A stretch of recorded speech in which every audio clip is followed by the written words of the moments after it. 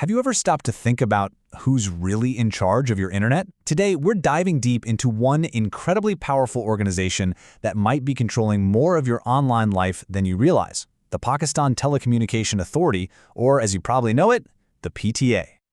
So let's just ask the question right up front. Who decides what you get to see, what you're allowed to say, and even what you can stream when you're online? Well, in Pakistan, the answer pretty much leads straight to one place. The PTA holds the keys to the entire digital kingdom. But what they do with those keys, now that's a story with two very, very different sides. So let's start with the official story, their vision.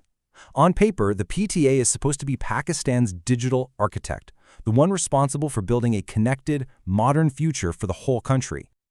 And you can see that vision laid out right here in a quote from the chairman. He says digital connectivity isn't a luxury anymore. It's a fundamental enabler. This really frames the PTA as this force for progress, connecting Pakistan to the rest of the world. Okay, so how does that big vision actually translate into a job description? Well, their founding act gives them a massive mandate. They're supposed to regulate the entire telecom system, protect your interests as a user, push for modern services, and make sure there's fair competition in the market. Right, so that's the what they do. Now let's get into the how. We're going to take a look inside the engine room at the tools the PTA actually uses to build and shape the entire telecommunications market. One of their most powerful tools is auctioning off radio frequency spectrum. Think of it like invisible highways that all our mobile data travels on. This timeline shows you the big moments, from the first major auction back in 2004, right up to that game-changing 2014 auction that finally brought 3G and 4G to the country.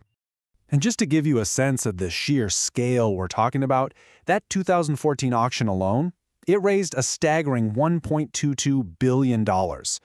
So this isn't just about getting people online. It is big business, and it has huge effects on the national economy.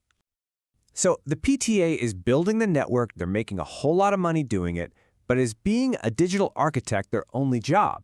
Is that really the whole story here? And right here, this is where we meet the other side of the PTA's identity. The side where they're not just a builder, but a gatekeeper, the authority that gets to decide what and who gets through the digital gates.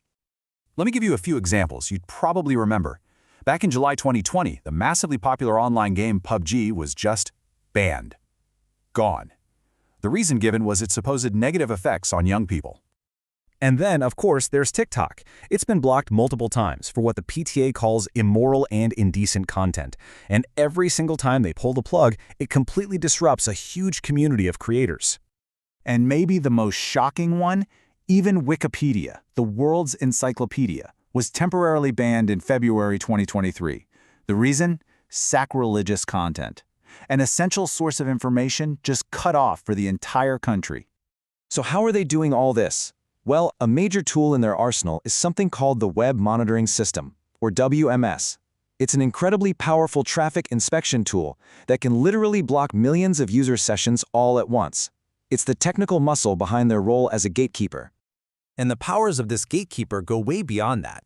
There are reports of mass surveillance, of blocking over 1.4 million websites since 2016, and even shutting down the internet or slowing it to a crawl during politically sensitive times. This is a far cry from just auctioning off spectrum, right? So where does all this leave us? We've got two completely different portraits of the exact same organization. As we wrap things up, let's put them side by side, because Pakistan is truly at a digital crossroads. On one hand, you have the builder, expanding internet access and helping grow a digital economy. And on the other, you have the gatekeeper, carrying out surveillance and blocking content. The thing is, the PTA plays both roles and often says its gatekeeping actions are for the same goal, to protect users. The tension there is, well, it's pretty obvious. And that brings us to the final and most critical question.